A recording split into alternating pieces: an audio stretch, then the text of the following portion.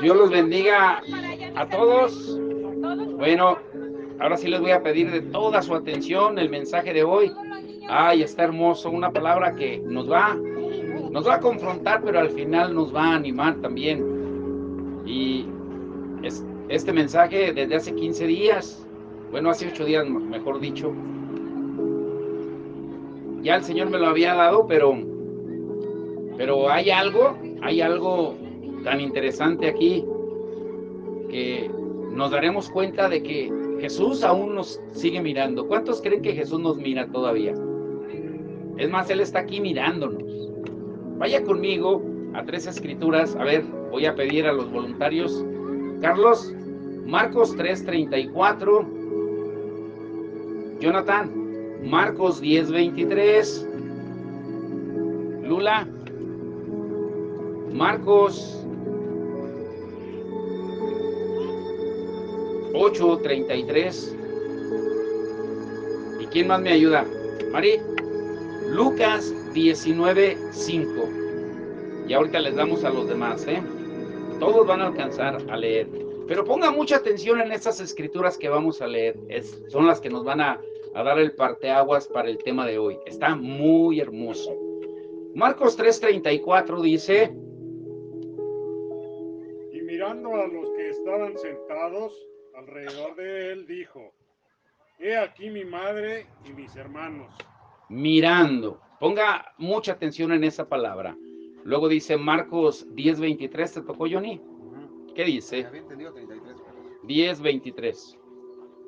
Entonces Jesús, mirando alrededor, dijo a sus discípulos: cuán difícilmente entrarán en el reino de Dios los que tienen riquezas. Escuche muy bien. Marcos 8:33. ¿Qué dice? Pero él, volviéndose y mirando a los discípulos, reprendió a Pedro diciendo: quítate de delante de mí, Satanás. Mirando, otra vez. Y Lucas 19:5, ¿qué dice, María? Cuando Jesús llegó a aquel lugar, mirando hacia arriba, Mirando. y le dijo: Zaqueo, date prisa, desciende, porque hoy tengo que hospedarme en tu casa. El denominador común de las escrituras, de estas 4 escrituras que acaban de leer los hermanos, es mirando. La palabra mirando. El título de hoy es Las miradas de Jesús. ¿Las qué? Las miradas de Jesús. ¿Cuántos tipos de miradas creen ustedes que tiene Jesús? ¿O cuántos tipos de mirada la Biblia nos dice que Jesús tenía?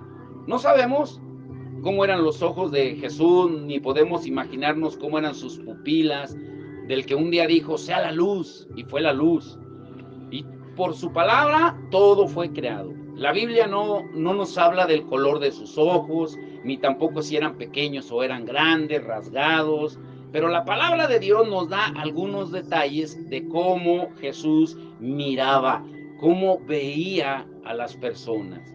Y ponga mucha atención. Cuando leemos los evangelios, podemos imaginarnos cómo fueron algunas de las miradas del Señor. En ellas encontramos miradas de alegría, de gozo, miradas también llenas de compasión, pero también miradas llenas de enojo y de tristeza. También, y ustedes sabían que todas o la gran mayoría de las referencias a las miradas del Señor Jesús están en el Evangelio de Marcos o de San Marcos. ¿Por qué en San Marcos hace más énfasis en las miradas de Jesús? Pongan atención, va a haber muchas preguntas tal vez que se quedan en el aire, pero durante el transcurso del estudio se van a responder solas. Ahora, Marcos era el discípulo amado de Pedro. Juan era el discípulo amado de Jesús. Y podría decir uno, bueno, ¿Jesús tenía favoritos? No, sino que Juan, él se autodenominaba el discípulo amado de Jesús, no que Jesús lo amara más. Pero Marcos sí era el discípulo amado de Pedro. Siempre andaban juntos. Y Pedro, si tenía una característica, es que siempre miraba a los ojos de Jesús para comprender lo que había dentro de su corazón o lo que le quería decir. La Biblia dice que los ojos son el espejo del alma. Y Y es verdad, porque en el alma es donde están los sentimientos, los pensamientos y la voluntad. Y el ojo, los ojos son los que lo reflejan. Por ejemplo, ¿qué hacemos cuando estamos tristes? ¿Quién lo refleja? ¿Quién lo refleja? Los ojos, llorando. ¿Qué tienes? O no queremos ni abrir los ojos. ¿Sí? Los ojos lloran. Cuando alguien oculta algo, ¿qué hace? ¿Qué hacemos cuando estamos ocultando algo? Agachamos la mirada, esquivamos la mirada de los demás incluso, no los miramos a los ojos. Y eso te da a entender que se está ocultando algo, ¿cierto o no? ¿Sí? Porque los ojos lo delatan. Solo por mencionar algunos ejemplos. Pedro era de esos amigos que siempre quería mirarte a los ojos, ¿sí? Cuando le hablabas, porque él quería llegar más allá de las palabras que escuchaba. Ahora, escuchen esto. ¿Has conocido personas que cuando hablas con ellas y te miran, sientes como si te estuvieran escaneando desde, ay, que hasta tú dices, ay, este tiene la mirada bien pesada, y esquivan mejor la mirada? ¿Sí les ha pasado o no? Nosotros, Isabel y yo, conocimos a un pastor de Nueva Zelanda en Estados Unidos. El pastor Alan ya murió, pero él tenía la mirada tan penetrante, unos ojos azules, pero te miraba y a uno le daba pena nomás de que lo miraba a uno, porque uno pensaba que él ya sabía lo oculto, lo sucio que traía uno dentro. Y uno decía, ay. Y él decía, no, look at me. Y pues se quedaba uno así, y ya uno, de estarlo mirando sin que dijera ninguna palabra más, se agarraba uno llorando, porque uno sentía que la mirada de él era como un escáner, que nos escaneaba todo lo interno. Pues cuando Jesús hablaba, Pedro quería saber lo que había en la mirada de Jesús. Los demás discípulos a veces enfrentaron la mirada del Señor, como ahorita lo acabamos de leer. Jesús mirando a los discípulos, Jesús mirando a la gente, Jesús mirando a Nicodemo. O sea, Jesús tenía miradas para todo el mundo.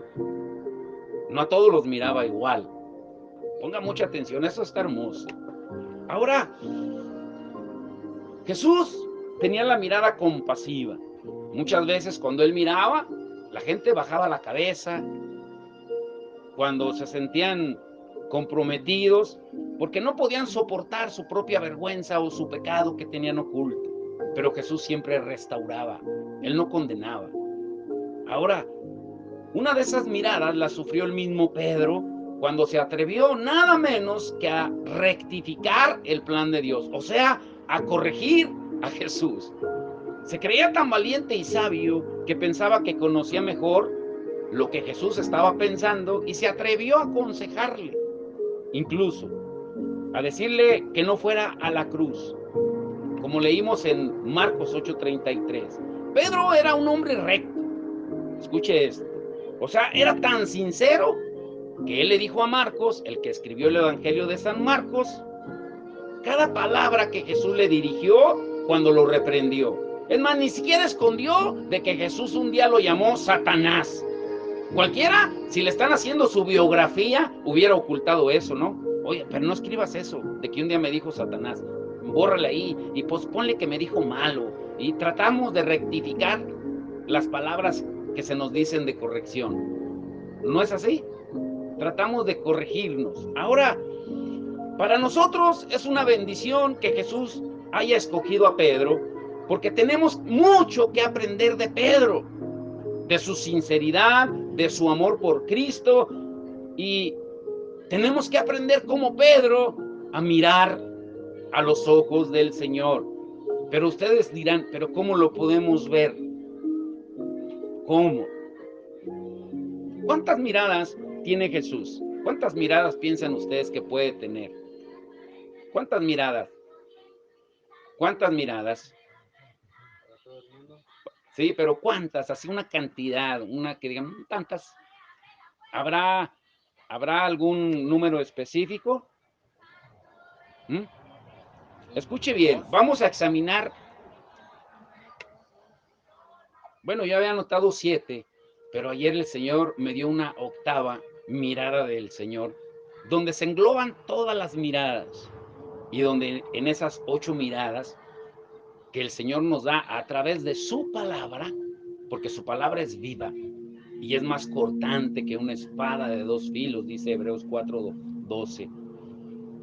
Y tal vez tenga más, pero en esas 8 miradas, ahí nos identificamos cada uno de nosotros. Y tal vez en las 8, tal vez en alguna, o 2, o 3, no sé. Pero yo creo que todos nos identificamos en las 8. Número 1, una mirada que comprende. Los discípulos dejaron todo y siguieron a Jesús. Se comprometieron con Él y ellos asumieron sus palabras que les dijo Jesús como propias y públicamente lo seguían. Y una de sus miradas fue exclusivamente para los discípulos, para nadie más. Mire lo que dice. A ver, Marcos 3, 33, 34. El que lo tenga, léalo. Ahora vamos a jugar carreritas. Él le respondió diciendo: ¿Quién es mi madre y mis hermanos? Y mirando a los que estaban sentados alrededor de él, dijo: He aquí mi madre y mis hermanos. ¿Sí se da cuenta? Mirando a los que estaban sentados alrededor de él. Para entender el contexto, llegan a decirle: Oye Jesús, allá afuera está tu madre, tus hermanos y hermanas, y te están buscando. Para los que dicen que Jesús no tenía hermanos ni hermanas, es muy bueno que lean el capítulo 3 de Marcos. Y Jesús dice: pero ¿quién es mi madre? ¿Quién es mi hermano? ¿Y quién es mi hermana? Y los voltea a ver a cada uno de ellos alrededor. Imagínense cuando Jesús les dice: mi madre y mis hermanos son ustedes. ¿Qué sentirías tú si hubieras estado en ese lugar? Ahora, cuando todos le preguntaron acerca de su familia terrenal, el Señor miró a todos los que estaban con él, dirigió sus ojos a ellos y esa mirada demostró su amor y su aceptación, reconociéndolos incluso por encima de su familia terrenal. ¿Quién no se hubiera sentido halagado por esa mirada? Cualquiera de nosotros.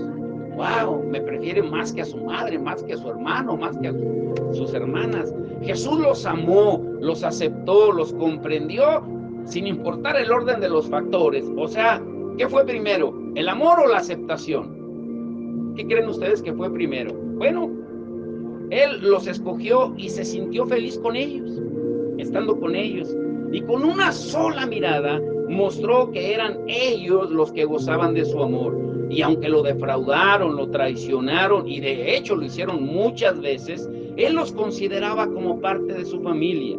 Cuando Jesús los exaltó en público, porque Él los consideraba su familia eterna. Y grábese muy bien esto. Yo sé que esto a veces cae de peso y es duro de entender, pero nuestra verdadera familia eterna no es la biológica.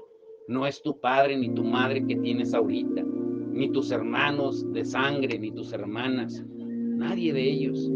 La verdadera familia es la que ha nacido en el Espíritu, porque es la que va a estar en la eternidad con nosotros.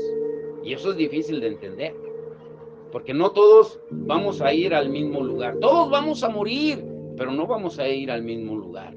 Y eso es lo difícil de entender. Cuando Jesús los exaltó en público, todo el pueblo entendió y comprendió que los seguidores de Jesús podrían ser despreciados por todos, pero realmente Jesús los consideraba como su familia, como la familia de Dios. Y una pregunta: ¿por qué crees que Jesús llamó a sus discípulos? ¿Por qué Jesús, Él eligió gente que estuviera cerca de Él? O discípulos. ¿Para qué?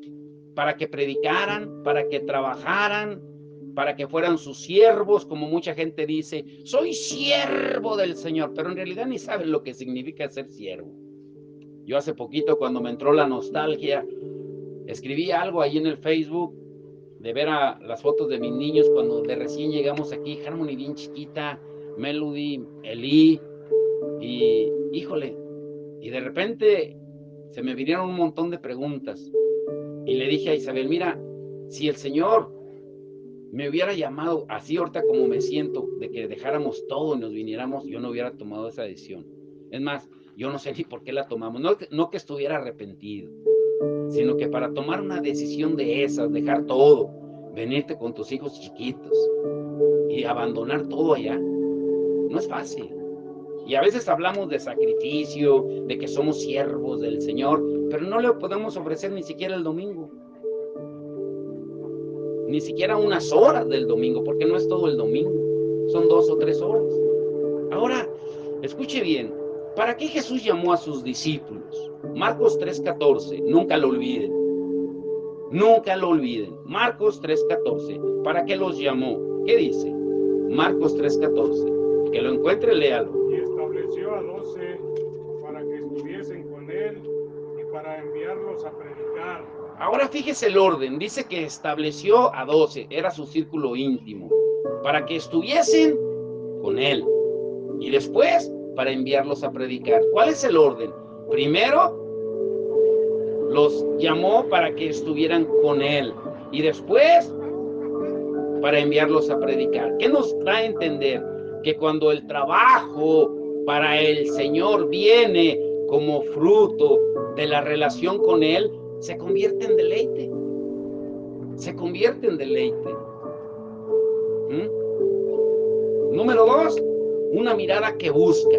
Mire lo que dice Marcos 5, se las voy a leer yo porque está larga. Marcos 5, 25 al 34. Vayan conmigo ahí. Marcos 5, 35, 25 al 34, perdón. Dice, pero una mujer que desde hacía 12 años padecía de flujo de sangre y había sufrido mucho de muchos médicos y gastado todo lo que tenía y nada había aprovechado, antes le iba peor, cuando oyó hablar de Jesús vino por detrás entre la multitud y tocó su manto, porque decía, si tocare tan solamente su manto, seré salva.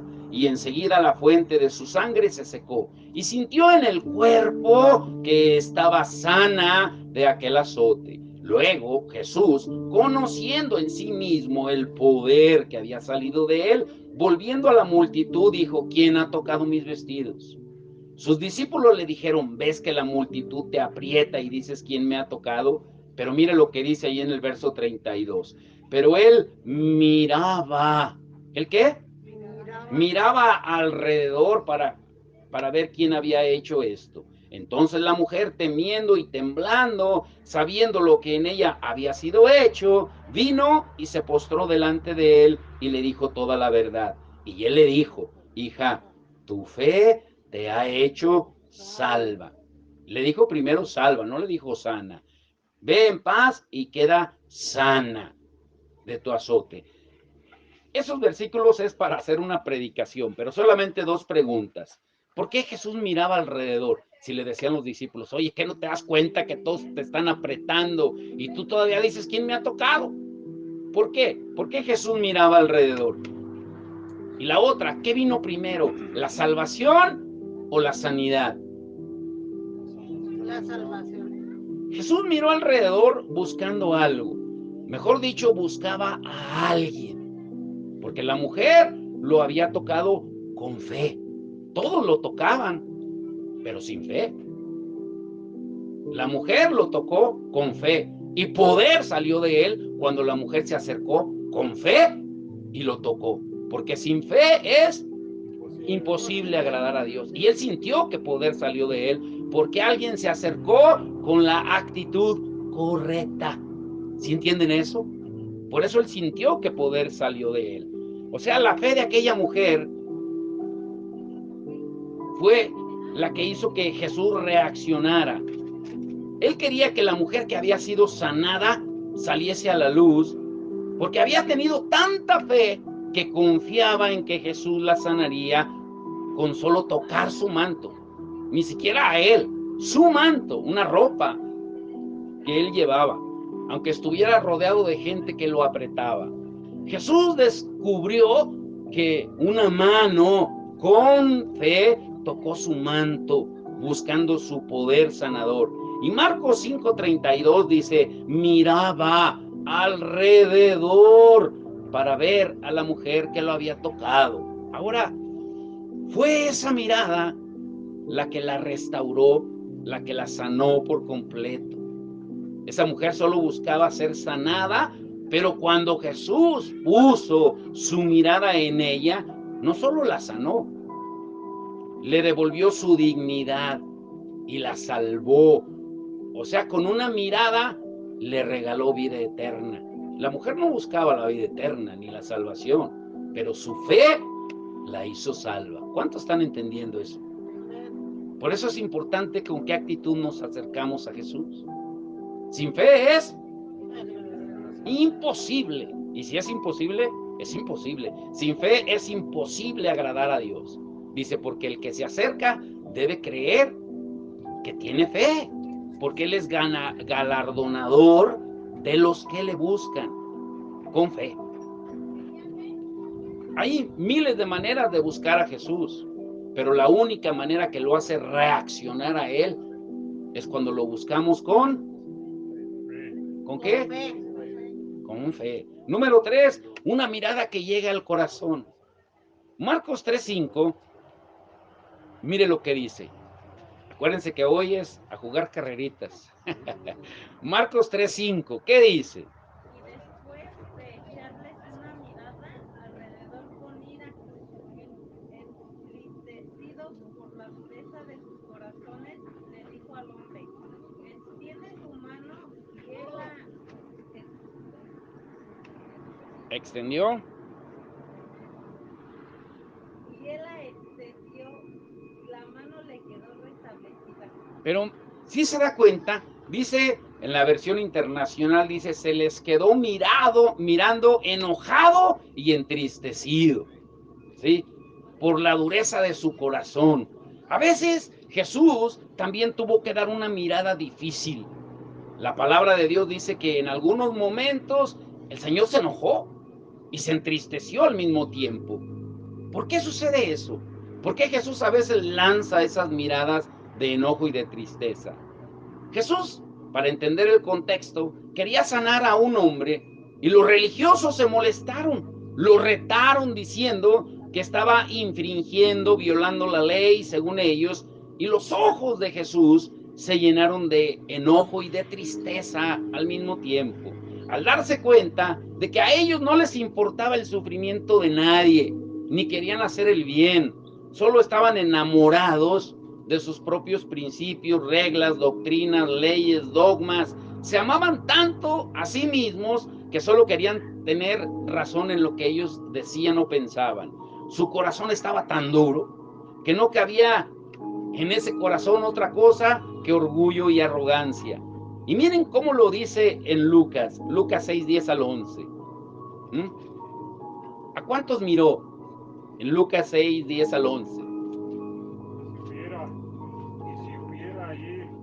Lucas 6, 10 y 11. 6, Lucas 6, 10 y 11. Lucas. Y después de pasear su mirada sobre todos ellos, le dijo al hombre, mirando a todos ellos. ¿A cuántos miró? Imagínense estar rodeado de religiosos, de fariseos, y los voltea a ver así uno por uno, pero enojado y entristecido a la vez. ¿Qué se hubiera sentido con esa mirada? ¿Qué más dice María? extiende tu mano. Él lo hizo así, y su mano quedó enteramente restablecida. ¿Sí? Pero antes de sanarlo, ¿qué hizo Jesús? Los miró a todos los religiosos. Los miró a todos. O sea, la mirada de Jesús los señaló. Su propia ira, como dice la versión que leyó Mari, y orgullo de ellos. Porque eso los condenó. Jesús sintió una tristeza inmensa al ver la incredulidad y la falsa santidad de ellos. Los miró de esa manera, enojado y con tristeza. ¿Por qué? Porque Dios no admite la hipocresía. ¿Ustedes creen que el Señor no sabe cuando pecamos? ¿Lo sabe o no lo sabe? Claro que sí. Nosotros somos los que nos engañamos cuando sabemos que hicimos algo malo y, Señor, es que tú sabes, tú conoces. Si el Señor nos hablara audiblemente diría, sí, claro que lo sé, que estás podrido por dentro y no te arrepientes. Él conoce todo. Jesús los condenó con esa mirada. ¿Por qué no admite hipocresía? ¿Y cómo reaccionaron? Dice que se llenaron de ira. Cuando reaccionamos con ira, escuche bien esto, ante la mirada del Señor que nos da por medio de su palabra, es una prueba de que nuestro corazón se está enfermando, se está endureciendo. Lo diré otra vez, ¿eh? Cuando reaccionamos con ira, con enojo, ante una mirada del Señor que nos da por medio de su palabra, es una prueba de que nuestro corazón se está enfermando, se está endureciendo. Porque lo tomamos personal y nos enojamos. Decimos, no, es que eso me lo está dirigiendo a mí. No, la palabra es general. El Señor no habla solamente a una persona, nos habla a todos. Él no hace acepción de personas ni en su amor ni en su corrección. Él nos corrige, A todos, nos ama a todos, y nos disciplina. a todos. No tiene favoritos. No tiene favoritos Dios. Una mirada diferente fue dirigida al enfermo, porque Jesús quería que confiaran en Él. Y parece un detalle sin importancia, pero cuando Jesús le dijo, extiende tu mano, el enfermo estiró su mano enferma y fue sanado. Y pudo hacerlo porque vio el rostro de Jesús que quería sanarlo. Y escuchen esto muy bien. En ocasiones, Dios no espera de nosotros una respuesta lógica, sino una demostración de fe, una expresión de confianza completa de nuestra parte, porque lo que Dios hace siempre está bien hecho. Y a veces las órdenes de Dios parecen no tener sentido. Le doy unos ejemplos. Cuando Dios a veces ordena algo, parecen sus órdenes no tener sentido. Haciendo un recorrido rápido en la Biblia, por ejemplo, cuando le dijo a Abraham que le sacrificara a su hijo. ¿Cómo? Si Abraham esperando la promesa de su hijo por 25 años y luego el Señor cuando nace le dice, ahora entrégame. Otra cuando le dice a Moisés, extiende tu vara en el mar para que el mar se abra. Otra orden extraña y lógica cuando le dice a Josué, dile al sol y a la luna que se detengan. Ah, caray. Y así podríamos seguir. O cuando le dice a los discípulos la noche que fue entregado, miren, vayan y cuando vean a un hombre con un cántaro, lo siguen. Bueno, en ese tiempo de Jesús, los hombres no iban al agua, mucho menos cargaban un cántaro como las mujeres, imagínense. Si hoy en día no se atreven, mucho menos en el tiempo de Jesús, donde el machismo reinaba, donde las mujeres eran relegadas.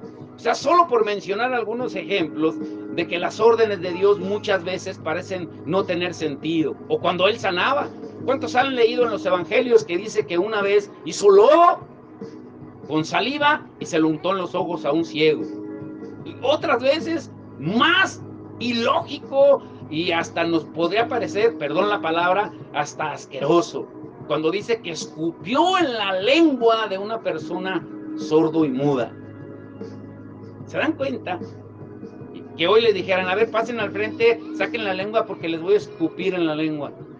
¿Sí? ¿Quién pasaría nombre? ¿Sí? O sea, órdenes ilógicas. Pero Él espera que tengamos confianza absoluta. Y es en esos momentos que necesitamos mirarle a los ojos con fe y descansar en Él, como dice Mateo 11:28. Vengan a mí todos los que están trabajados, cansados, y yo les daré descanso. Número 4, una mirada llena de amor. ¿Recuerdan la historia del joven rico? Cuando el joven rico fue a buscar a Jesús. Ese joven lo tenía todo. Tenía buena educación, una vida resuelta económicamente, respeto por la familia porque honraba a su padre y a su madre, y seguía la religión tradicional de sus padres. Era una persona intachable.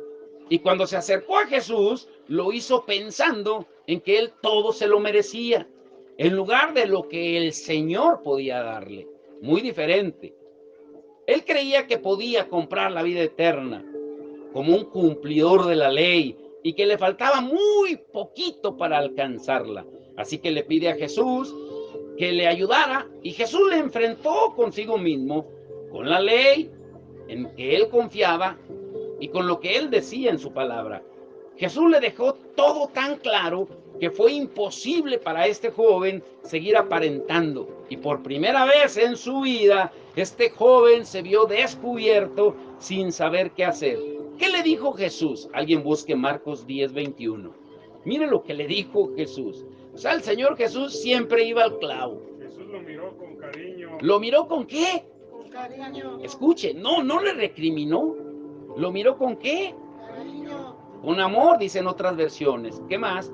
Y le contestó, una cosa te falta, anda, vende todo lo que tienes y dáselo a los pobres, así tendrás riqueza en el cielo, luego ven y sígueme. Lo miró y le amó, Tomando tu... aún sabiendo que iba a fallar. Dice que le miró y le amó, aún conociendo que su respuesta y sus decisiones iban a ser equivocadas. Dice que le miró y le amó. Así es el carácter de Dios. Él no espera que respondamos correctamente, ni que seamos lo suficientemente santos o limpios.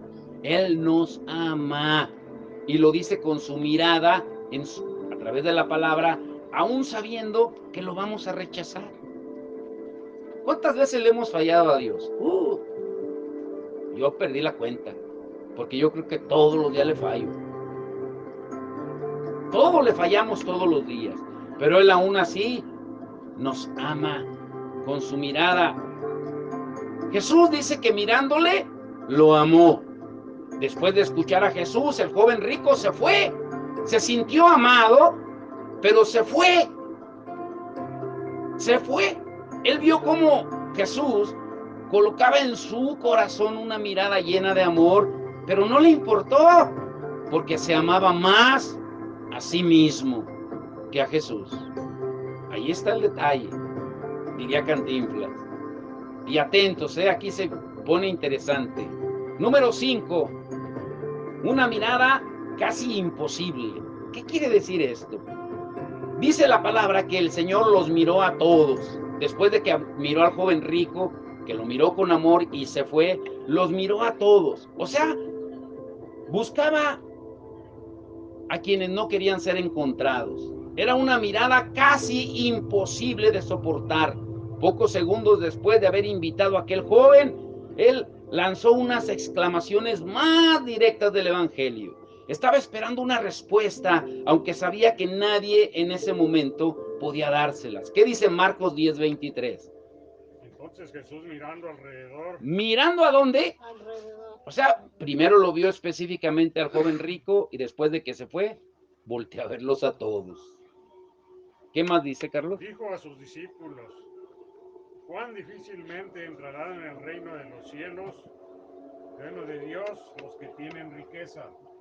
Los miró profundamente porque conocía hasta el fondo del corazón la vida de cada uno. Les explicó que es imposible que los que tienen riquezas, que amen las riquezas, vivan alrededor de ellas amándolas más que a Él. Aunque sean personas buenas y aparenten creer en Dios, no pueden entrar en el cielo creyendo que pueden comprar la vida eterna. Nadie la puede comprar. ¿Pero qué dijo Jesús? Y menos mal que nos dice un pero. Ahí enseguida en el verso 27 de Marcos 10:27. ¿Qué dice? Entonces Jesús mirándolos. Otra vez mirándolos. ¿Qué dice, Carlos? Perdón. Para los hombres es imposible, mas para Dios no, porque todas las cosas son posibles para Dios. Imagínense después que les dice, cuando los ve, les dice, miren, el que ame las riquezas más que a mí, no puede entrar en el reino de los cielos, parafraseando. Pero después les lanza otra mirada y les dice, pero escuchen esto, que no les suene que parece imposible, porque para el hombre lo que parece imposible, para Dios todo es posible. Da una esperanza mirándolos. Número 6, una mirada que quiere salvar. Marcos 11:11, ¿qué dice? Y Marcos, entró Jesús en Jerusalén y en el templo, y habiendo mirado alrededor todas las cosas, como ya anochecía, se fue a Betania con los 12. fíjese que esa escritura está profunda. Si la leemos así nada más, pues no tiene sentido. Pero ¿a dónde entró? Al templo, a donde se supone que encontramos respuesta a nuestros problemas. ¿Cuántas veces entramos a templos muy hermosos, muy bonitos, pero no encuentras respuesta de nada? Pueden estar llenos de imágenes, de ídolos, muy hasta decorados con oro, pero no hay nada. Dice que Jesús entró y mirando todo a su alrededor, después de mirar todas las cosas a su alrededor, uno se pregunta, ¿cuáles serían los pensamientos de Jesús en esos momentos? Cuando él entró al templo y ve todo, no dice cuánto tiempo duró, pero miró todo a su alrededor y después salió de a él. ¿Cuáles serían sus pensamientos en esos momentos? Sus palabras. De pensar que a pocos días se iba a entregar a muerte, a la muerte, que iba a entregar todo su ser por salvarnos a todos nosotros. Tal vez entró al templo buscando a alguien quien realmente quisiera seguirlo, entregar todo por él, pero quizá buscaba una razón para su dolor, para decir, bueno, al menos vale la pena morir por este que está aquí buscando la salvación. Pero la encontró, sí, la encontró en el corazón de cada persona que lo seguía y lo amaba. La encontró en el grupo de mujeres que dice que no lo abandonaron nunca. Cuando uno lee los evangelios, uno se da cuenta que quienes fueron más fieles a Jesús no fueron los discípulos, fueron las mujeres. Incluso dice que las mujeres lo sostenían en su ministerio. Las mujeres fueron las primeras que corrieron a la tumba. Las mujeres fueron a las primeras que mandó a predicar en Juan 4, cuando envió a la samaritana y le predicó a toda Samaria. Las mujeres ocupaban un lugar especial en Jesús. No lo abandonaron, no lo abandonaron nunca. Pero también lo encontró la fidelidad de los discípulos, que aún en su infidelidad fueron capaces de volver a él y de confiar en él. Incluso pudo ver más allá del tiempo y del espacio y ver a muchos a través de los siglos y con todas sus imperfecciones que le seguirían y le amarían. Él te vio a ti y me vio a mí. Él es omnisciente y encontró una respuesta en tu vida y en mi vida. Si no, no estuviéramos aquí, estuviéramos en otro lugar, porque su mirada nos cautivó, nos enamoró, nos atrapó. Como dice Jeremías 27, nunca se les olvide, dice, me sedujiste, Jehová, y fui seducido, más fuerte fuiste que yo, y me venciste. Con lazos de amor Él nos atrajo a cada uno de nosotros. Y número 7, atentos en estas dos últimas, una mirada que restaura. Lucas 22, 60 al 62. ¿Qué dice? Lucas 22, 60 al 62. Mientras tomo agua. Lucas 22, 60 al 62. Pedro dijo, hombre, no sé lo que dices. Y enseguida, mientras él todavía estaba hablando, cantó un gallo. Entonces se volvió el Señor y miró a Pedro. Y Pedro se acordó de la palabra del Señor, como le había dicho, antes que el gallo cante, me negarás 3 veces. Y saliendo afuera, lloró amargamente. Si analizamos bien, dice que la mirada de Jesús lo volvió en sí. Y él recordó, y no solo eso, sino la mirada de Jesús, aparte de volverlo en sí, de despertarle la conciencia, lo hizo recordar, pero lo hizo arrepentirse, llorar también. Pedro se había enfrentado con el Señor cara a cara en muchas ocasiones. Siempre le había hablado a Jesús de una manera sincera y el Señor le respondió de la misma forma. Y en ese momento, en el momento más crucial de la amistad entre ambos, el Señor no podía hablarle porque estaba cansado y estaba siendo sometido a un castigo, al juicio más cruel. Así que solo podía dirigirle una mirada. ¿Sí se dan cuenta? Imagínense la escena, Jesús cargando la cruz, siendo golpeado, escupido, flagelado, cargando una cruz, ensangrentado, como dice Isaías, sin figura en el rostro, pero los ojos aún se le podían ver entre la sangre, y voltea a ver a Pedrito. Imagínense la escena. Jesús lo ve. Ahora, Jesús estaba solo. ¿Lo han pensado así? Los poderes políticos y religiosos estaban acusando al Rey de Reyes para llevarlo a una cruz. Y el Señor, aunque podía defenderse, no se defendió. Dice que cuando era vituperado, escupido, golpeado, no abrió su boca. Uy, a nosotros no nos pueden decir nada porque ya estamos brincando. Luego. Porque esa era la cruz. Era la voluntad de su Padre y su plan secreto para salvar a la humanidad. O sea, era el momento más importante de la historia. El Señor iba a su muerte y más tarde resucitaría por el amor a toda la humanidad. Y justo en ese momento, el Señor se da la vuelta y mira a Pedro. Imagínenselo, lo amaba y le dirigió una mirada a él cuando él se sentía más débil, o mejor dicho, cuando más débiles se sentían los dos. Imagínense a Jesús y a Pedro. Pero él, esta palabra es para el que la reciba. ¿Tú cómo te sientes hoy? ¿Fuerte o débil? Porque dice la palabra que el poder de Dios se perfecciona en nuestra debilidad, no en nuestra fortaleza. ¿Sí entiende lo paradójico? A veces decimos, no, yo me siento fuerte, pues entonces algo anda mal. Porque el poder de Dios se perfecciona en nuestra debilidad. Yo hace rato cuando vi entrar a Viole con la andadera esa, dije, a alguien le va a hablar el Señor. ¿Mm? Cuando somos débiles es cuando necesitamos una mirada de Jesús, no cuando estás fuerte.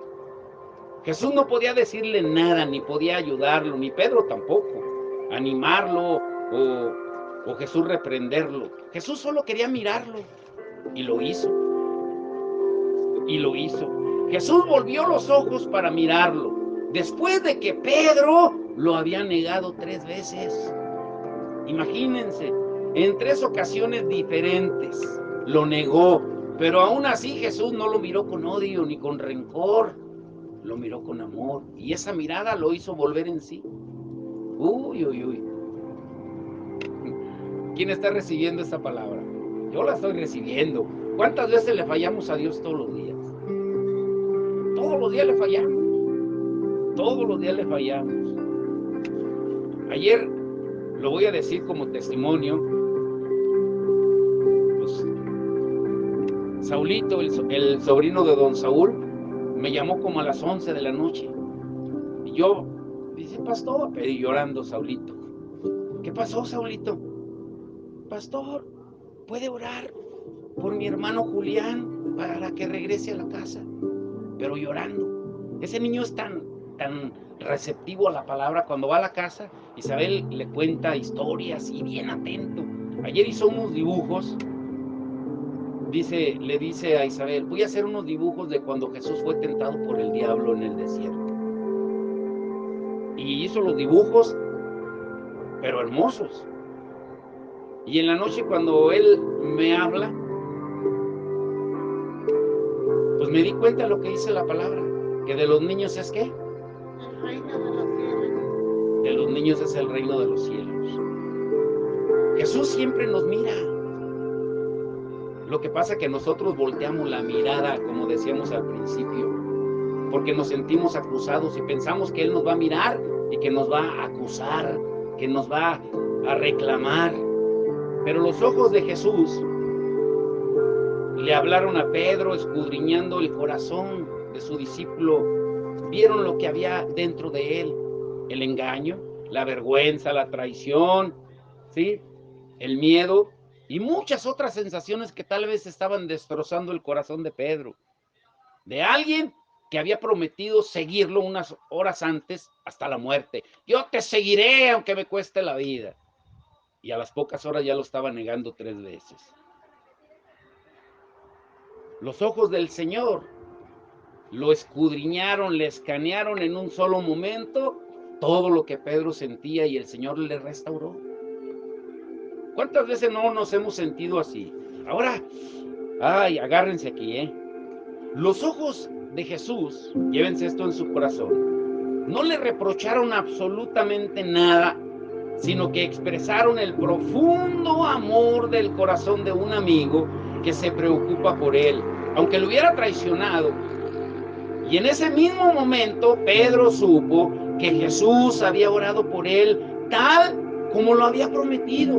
Recuerdan que Jesús le dijo: Pedro, Satanás te pidió para zarandearte, pero ¿sabes? Yo ya he orado por ti para que tu fe no falte. Y tú, una vez que vuelvas, fortalece a tus hermanos. ¿Jesús sabía que Pedro le iba a fallar?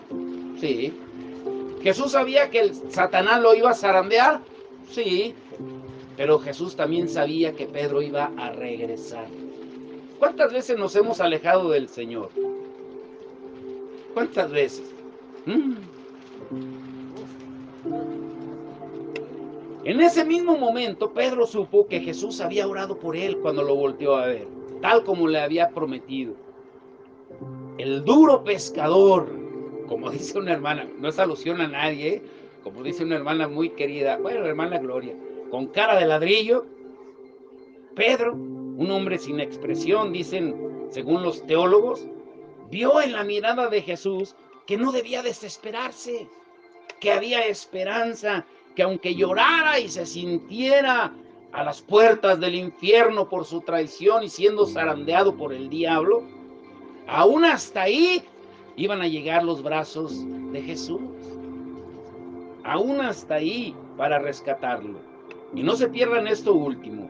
Esa mirada restauró la vida de Pedro y en cierta manera es la mirada que todos sentimos cuando hemos caído, cuando nos hemos ido lejos del Padre. El Señor nos busca con su mirada para restaurarnos y perdonarnos. ¿Y cómo lo hace? Pues a través de su palabra. A través de su palabra. Ahora, ay. Esta es la parte importante. Cuando Jesús nos mira a través de su palabra, porque Él es espíritu, es una mirada que no podemos olvidar jamás. Los ojos de Jesús siempre brillan llenos de salvación, porque Él es luz, aun cuando lo rechazamos. El Señor dice que miró a las multitudes y lloró. Lloró por Jerusalén, por la ciudad que amaba, lloró por sus amigos, lloró por Lázaro cuando murió, lloró por la incredulidad de los que no quisieron ver la gracia de Dios. Y si es posible para nosotros comprender algunas de las miradas del Señor, pues no nos va a alcanzar la eternidad para entender sus lágrimas. Si no entendemos su mirada, mucho menos las lágrimas. ¿Cómo es posible que el creador del universo llorara por los perdidos, por ti y por mí? Los ojos de Jesús se llenaron de gozo mientras creaba el universo. Y son los mismos ojos que nos contemplan cuando tú estás pasando por una situación difícil. Porque esa fue y sigue siendo la locura del amor de Dios por cada una de las personas de este mundo. Como dice Juan 3:16, de tal manera nos amó.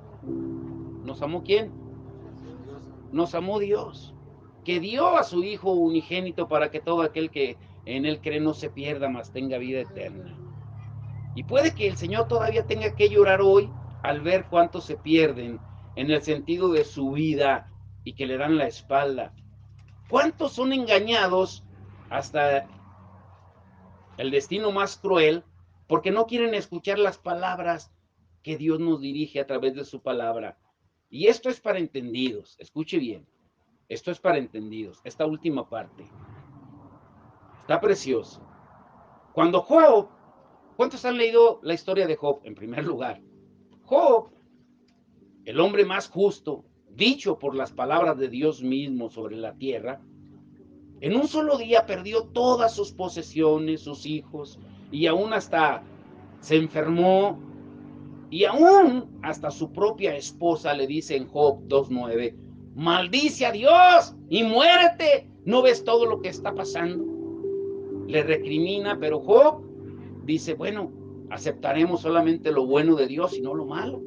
O sea, sus propios amigos lo acusaron de que todo le había pasado por pecador.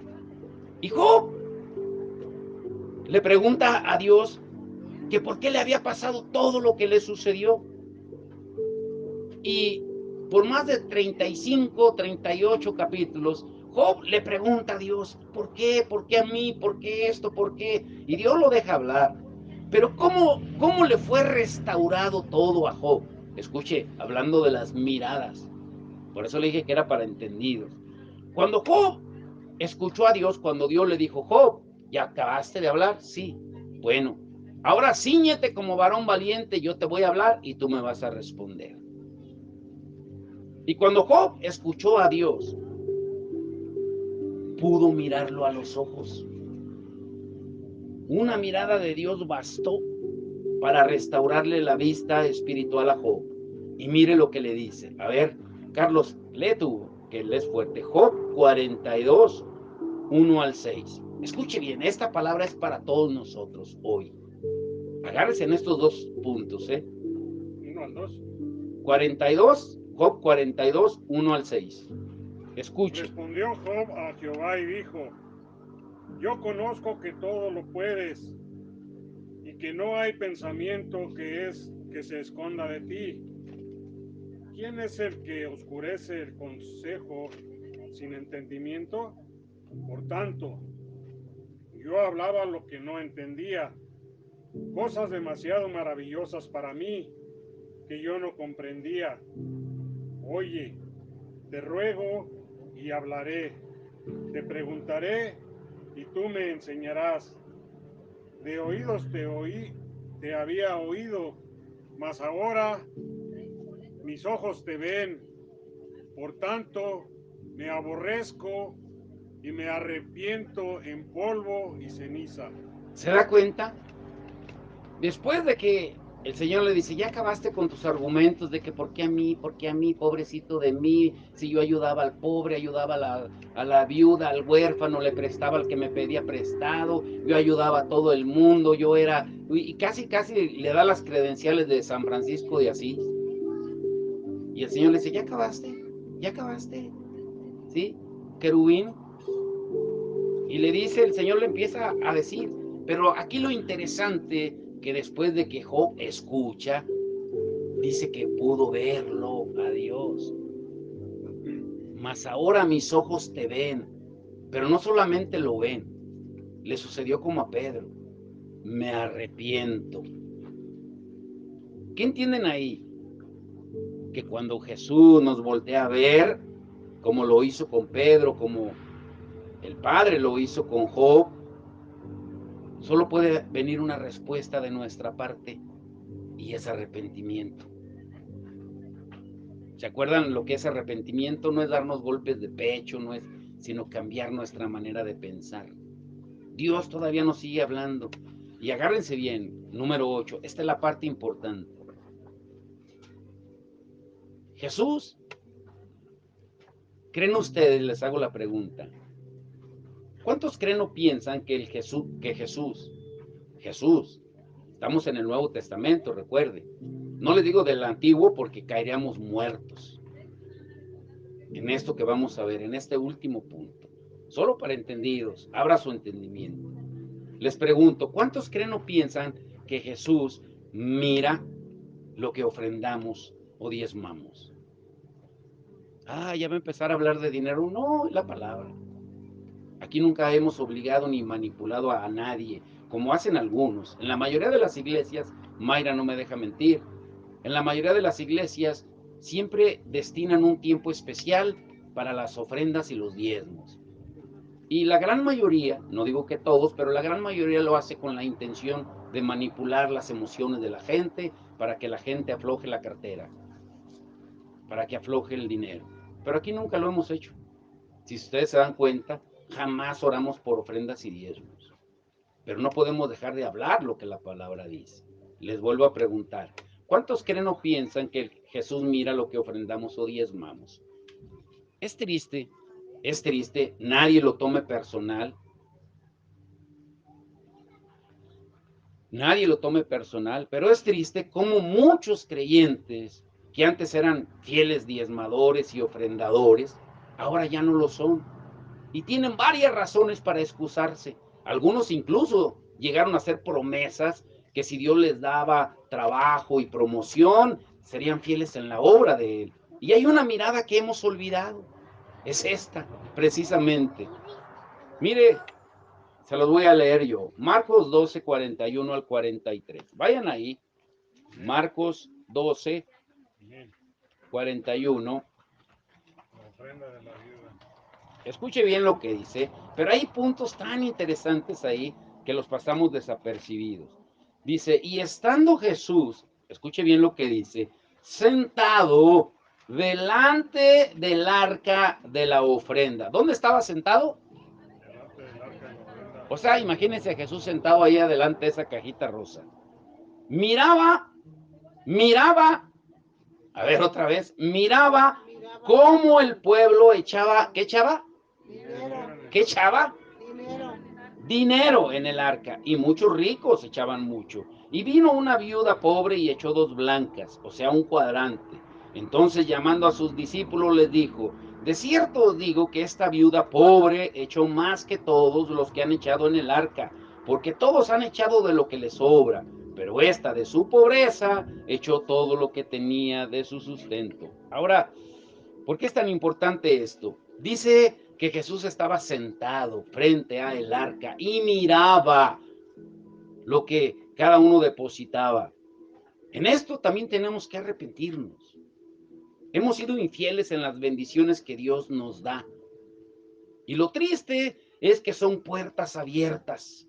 Como vimos el viernes, bueno, si escucharon el devocional del viernes y continuaremos por varias semanas, ¿cómo vamos a prohibirle el paso? ¿Cómo vamos a cerrarle la puerta a Satanás si no tomamos la decisión de obedecer? Dios no puede ser burlado. Todo lo que el hombre siembra, eso cosecha, dice Gálatas 6:7. Los ojos de Jesús miran todo. Miran todo. Por eso les decía, ¿cuántas miradas tiene Jesús? No las podemos calcular. ¿Por qué? Llévense esta escritura y mediten en ella. Es para temblar. Segunda de Crónicas 16. Vayan ahí. Les doy el contexto. Habla del rey Asa. Un rey que fue prosperado, que confiaba en Dios. Pero una vez que él se sintió poderoso y rico, le estoy dando el contexto para no leer todo el capítulo 16, cuando estén en su casa lo leen. Pero hizo alianza con el enemigo. Una vez que se sintió ya bendecido por Dios, dijo, bueno, ya no te necesito a ti, Señor, ahora voy a hacer alianza con estos. Y hizo alianza con el rey de Siria, dando los tesoros, el oro y la plata que le pertenecían a Dios. Y Dios manda a un profeta para que le advierta, para que lo haga volver en sí. ¿Qué dice Segunda de Crónicas 16:9? ¿Qué dice? Segunda de Crónicas Porque 16. los ojos de Jehová contemplan toda la tierra. Los ojos de Jehová contemplan ¿qué? Por eso no podemos enumerar ni cuantificar cuántas miradas tiene el Señor, porque Él ve todo, todo. ¿Qué más dice? Para mostrar su poder a favor de los que tienen corazón perfecto para con Él. Locamente has hecho en esto. El 9, nada más. Todavía no termino. Ah, perdón. Porque de aquí en adelante habrá más guerra contra ti. El Señor, después de que manda el profeta, le dice, mira, locamente has hecho, porque hiciste alianza con quien no deberías. Te olvidaste del Señor, te olvidaste quién te dio la bendición, te olvidaste quién era tu fortaleza. Es más, el oro y la plata que le pertenecía al Señor, se lo diste al enemigo. Pero aquí lo triste es, él aceptó la corrección, se arrepintió. ¿Qué dice enseguida, Carlos? Del 10 al 13. Escuche la respuesta de este rey. Entonces se enojó Asa contra el vidente y lo echó en la cárcel. porque se encolarizó grandemente a causa de esto, y oprimió Asa en aquel tiempo a algunos del pueblo. Mas he aquí los hechos de Asa, primeros y postreros, están escritos en el libro de los reyes de Judá y de Israel.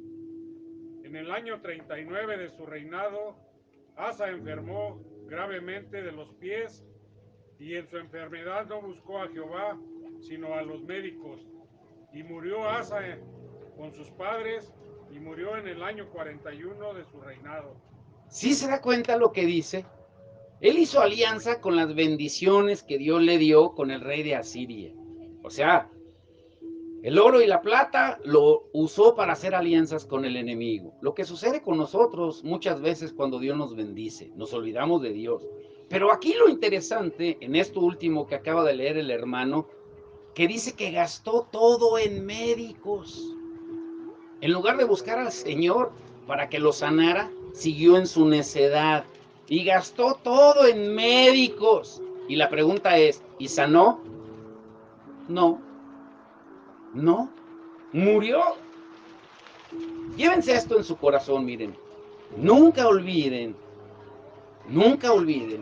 que el primer juicio de Dios en el Antiguo Testamento, cuando el pueblo entró a la tierra prometida, cuando salió de Egipto y entró a la tierra prometida, fue por robar las ofrendas de Dios. En Josué 7 del 1 al 13, lo leen en su casa. Dios hizo juicio y toda la familia de Acán murió por tomar lo que pertenecía a Dios. El primer juicio en la iglesia primitiva, para los que dicen, no, es que eso fue en el Antiguo Testamento, en el libro de Hechos, en el Nuevo Testamento, el primer juicio que Dios hizo fue por robarle también en los diezmos y las ofrendas. En Hechos 5 del 1 al 11, con un matrimonio de Ananías y Zafira, que le robaron a Dios. O sea, en pocas palabras, el Señor escudriña todo en nuestra vida, todo. Todas nuestras áreas quedan descubiertas delante del Señor. No hay nada que podamos ocultar delante de Él. Hoy es el día para que dejemos que el Señor nos escudriñe, nos escanee y que nos descubra las áreas en que le estamos fallando. ¿Cuántos entendieron? Amén. Póngase de pie.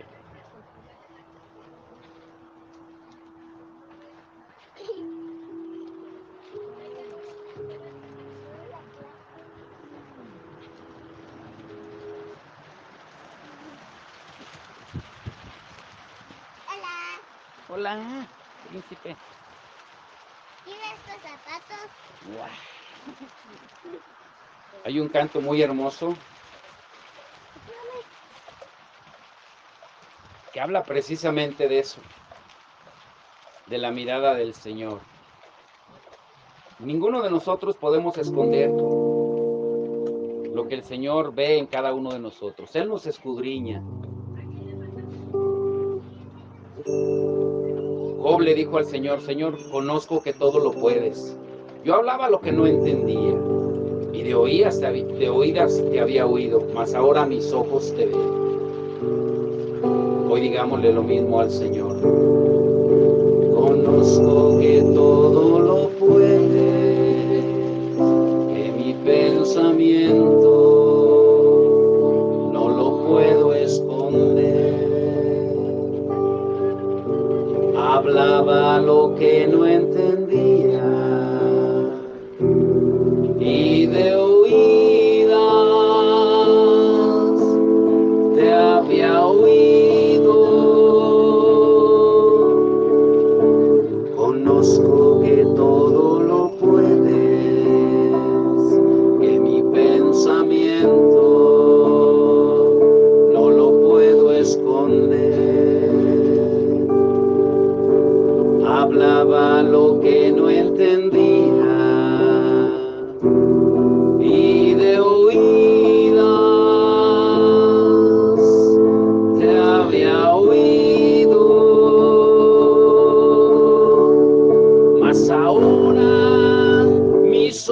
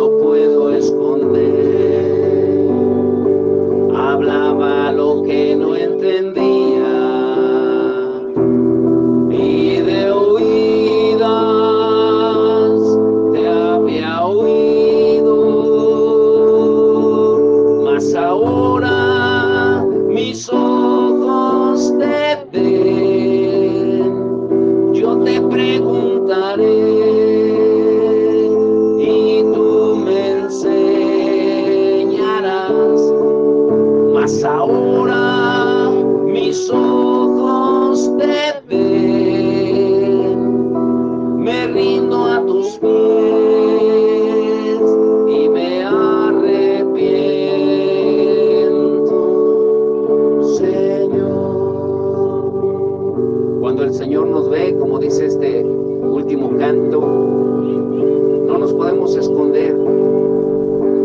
Tus ojos revelan que yo nada puedo esconder, que no soy nada sin ti, oh fiel Señor. Todo lo sabes de mí, cuando miras el corazón, todo lo puedes ver muy dentro de mí.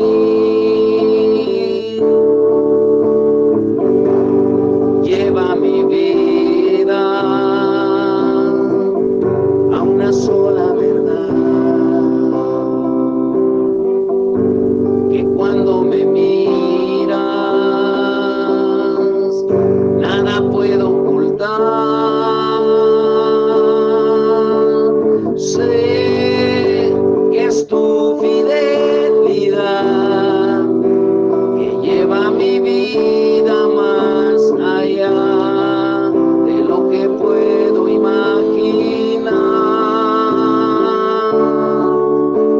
Sé que no puedo negar que tu mirada puesta en mí me llena de tu paz. Una última vez, medita en el canto. Tus ojos revelan que yo nada puedo esconder, que no soy nada sin ti, oh fiel Señor. Todo lo sabes de mí, cuando miras el corazón, todo lo puedes ver muy dentro de mí. Lleva mi vida a una sola verdad, que cuando me miras nada puedo ocultar. Sé que es tu fidelidad que lleva mi vida más allá de lo que puedo imaginar. Sé que no puedo negar que tu mirada puesta en mí me llena de tu paz, que tu mirada puesta en mí me llena de tu paz. Dígale una última vez, que tu mirada puesta en mí me llena de tu paz.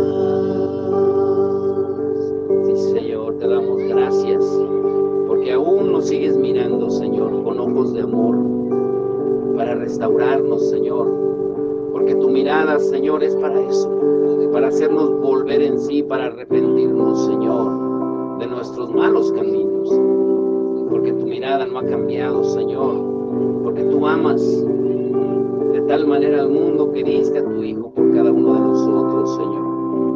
Hoy que dejemos que tu mirada penetre en nuestro corazón, para que escudriñe lo más escondido en las cámaras ocultas de cada uno de nosotros, Señor, para ser sinceros delante de ti, y que seamos restaurados así como Pedro, como Job, como cada uno de los que vimos hoy, Señor, y podamos recibir no solamente la sanidad, sino la salvación, así como aquella mujer que tocó el manto, Señor, y que tú mirabas alrededor para ver quién te había tocado, Señor. Hoy nos acercamos con fe, creyendo, Señor, de que tú eres galardonador de los que te buscan, Señor, que tú perdonas y tú sanas, porque tú no has cambiado, porque eres el mismo de ayer y por los siglos, Señor. Que tu mirada puesta en mí me llena de tu paz. Te damos toda la gloria y la honra en el nombre de Jesús. Y el pueblo de Dios dice, amén. Dios los bendiga, denle palmas fuerte al Señor.